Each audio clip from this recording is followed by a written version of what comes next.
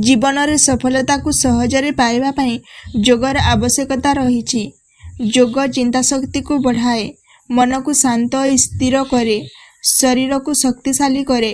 ଜୀବନରେ ପ୍ରଗତି ପାଇଁ ଏସବୁର ଆବଶ୍ୟକତା ବହୁତ। ଆଉ ବିଳମ୍ବ କରନ୍ତୁ ନାହିଁ, ଆରମ୍ଭ କରନ୍ତୁ।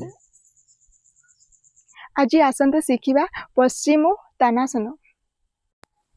ଏହି ଆସନ ମେରୁଦଣ୍ଡ ଏବଂ ଗୋଡ଼ର ନମନୀୟତା ବଢ଼ାଇଥାଏ ଏବଂ ମାଂସପେଶୀ ଠିକ୍ କରିଥାଏ।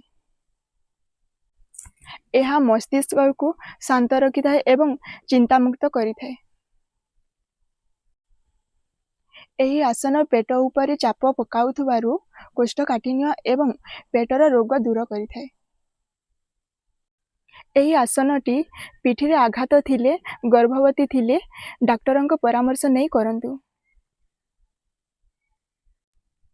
ଏହାକୁ ପ୍ରତିଦିନ କଲେ ପେଟର ଚର୍ବି କମିଥାଏ, ଯାହାଫଳରେ ଓଜନ କମିଥାଏ। ଏହା ଶରୀରର ସ୍ନାୟୁ ପ୍ରଣାଳୀକୁ ସକ୍ରିୟ କରିଥାଏ।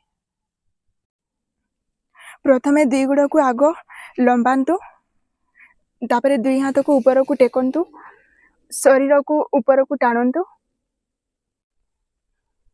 ଏବେ ନିଶ୍ୱାସ ଧୀରେ ଧୀରେ ଛାଡ଼ି ଧୀରେ ଧୀରେ ଆଗକୁ ନିଅନ୍ତୁ ଏବଂ ଦୁଇ ହାତରେ ଦୁଇ ଗୋଡ଼ର ଆଙ୍ଗୁଠିକୁ ଧରନ୍ତୁ, ମୁଣ୍ଡକୁ ଆଣ୍ଠୁରେ ଛୁଆନ୍ତୁ।